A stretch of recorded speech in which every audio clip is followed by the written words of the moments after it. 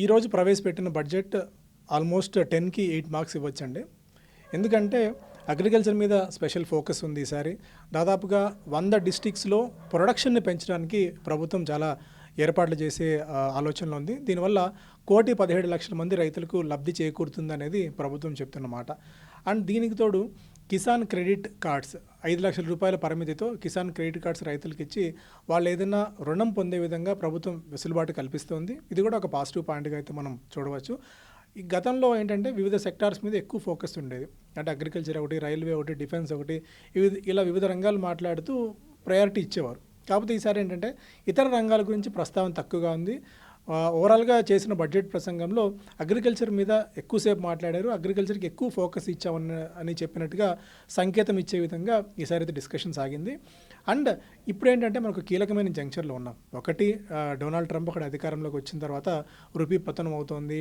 And FIs గత కొద్ది రోజుల నుంచి మార్కెట్స్ నుంచి అమ్ముతూనే ఉన్నారు. క్రూడ్ ఆయిల్ మీద మనకు ఆంక్షలు అయితే ఉన్నాయి, రష్యా నుంచి తీసుకోకుండా ఉండే విధంగా. ఇలా ఒక డిఫరెంట్ మోడ్లో మనకున్న తరుణంలో ఈ బడ్జెట్ ప్రజెంటేషన్ ఏంటంటే బడ్జెట్ మీద చాలా ఫోకస్డ్గా ఉండాలి, లేకుంటే ఈ బడ్జెట్ మీద మనం ఎక్కువగా ఆలోచించాలి.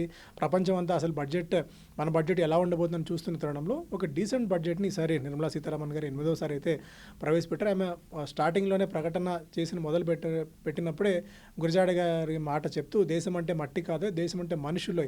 అంటే ఇన్ని రోజులు ఏంటంటే మనుషుల మీద ఫోకస్ తగ్గించి ఇతర రంగాల మీద వాటి మీద మాట్లాడుతూ వచ్చారు. ఇప్పుడు మనుషులు అంటే ఎవరైతే ఎకానమీని రన్ చేస్తున్నారో, ఎవరైతే వాళ్ళకి ఓట్లు వేసి గెలిపించారో ఆ మనుషుల మీద, మిడిల్ క్లాస్ ఇన్కమ్ మీద ఫోకస్ అయితే బాగా పెట్టారు.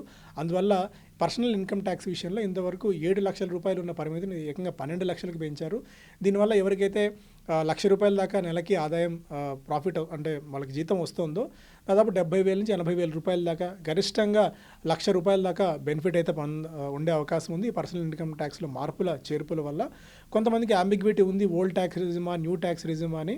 బట్ మెల్లమెల్లగా ఆ ఓల్డ్ ట్యాక్స్ రిజిమ్ని తీసేసి న్యూ ట్యాక్స్ రిజిమ్ వైపే ప్రభుత్వం వెళ్ళే అవకాశం అయితే కనిపిస్తుంది. ఇన్ఫ్రాస్ట్రక్చర్ మీద ఫోకస్ అయితే ఈసారి స్ట్రాంగ్గా ఉంది. ఎందుకంటే ఎయిర్పోర్ట్స్ని మరింతగా పెంచాలి. దాదాపు 120 లొకేషన్స్కి ఎయిర్పోర్ట్ని పెంచాలి. ఇప్పటివరకు ఉడాన్ స్కీమ్ కింద దాదాపు 1.5 మంది ప్రయాణికులు ట్రావెల్ చేశారు.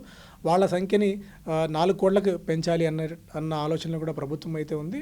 ఇన్ఫ్రాస్ట్రక్చర్ ఒకటి, డిఫెన్స్ రంగానికి గతంతో పోలిస్తే కొద్దిగా డీసెంట్ బడ్జెట్ కేటాయింపే జరిగింది.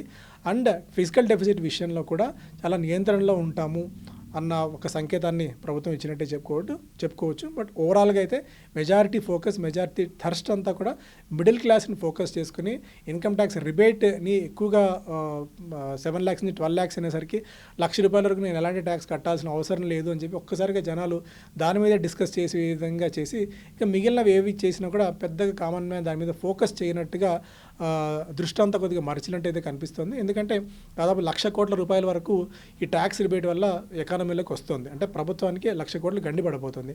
అంటే పరోక్షంగా ₹1,00,000 కోట్లు ఎకానమీలోకి వస్తే వాళ్ళ వినిమయ శక్తి పెరుగుతుంది. జ్యువెలరీ కొంటారు, బట్టలు కొంటారు, కార్లు కొంటారు, 2 వీలర్లు కొంటారు. ఇవన్నీ పరోక్షంగా మళ్ళీ GST వస్తుంది, ప్రభుత్వానికి కార్పొరేట్ ట్యాక్స్ వస్తుంది. ఎకానమీలో డబ్బులు వచ్చి రివైవ్ అవుతుంది. కాబట్టి ఓవరాల్గా ఇది మంచి డీసెంట్ బడ్జెట్ అని చెప్పుకోవచ్చండి.